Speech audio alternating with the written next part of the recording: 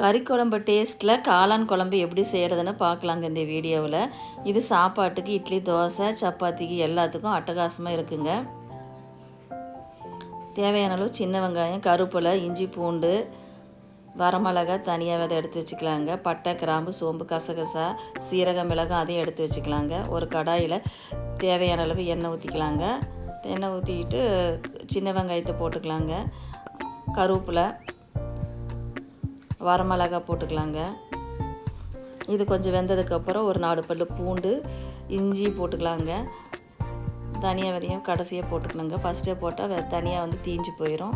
இப்போ போட்டு நல்லா வெந்ததுக்கப்புறம் நான் கடைசியாக மிளகு, சீரகம், பட்டை, கிராம்பெல்லாம் போட்டுக்கிறேங்க. இப்போ அடுப்பு ஆஃப் பண்ணிட்டேன். இப்போ தேங்காய் ஒரு 1/2 மூடி தேங்காய் போட்டிருக்கிறேங்க. அதையும் இப்போ போட்டுட்டு இப்போ கிரேவி ரெடி ஆகிடுச்சுங்க. இதுக்கு வேணுங்கிற அளவுக்கு தண்ணி ஊற்றிக்கலாங்க. தண்ணி ஊற்றிட்டு நம்ம நான் காளானை கழுவி சுத்தம் பண்ணி கட் பண்ணி வச்சுருக்கிறேங்க. இப்போ அதையும் போட்டுக்க போகிறேங்க.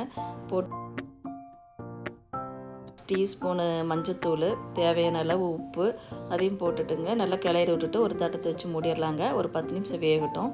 இப்போ ஒரு கடாயில் எண்ணெய், கடுகு, ஒரு பச்சை மிளகா போட்டுக்கலாங்க. அது நல்லா ஒரு வதக்கி விட்டுட்டு கருவேப்பிலை, 1 ஸ்பூன் இஞ்சி பூண்டு பேஸ்ட்டு அதையும் நல்லா பச்சை வாசம் போகிற வரைக்கும் வதக்கி விட்டுட்டு இப்போ கடைசியாக குழம்புல கொட்டிடலாங்க. அப்போ தான் நல்லா வாசனையாக இருக்கும்.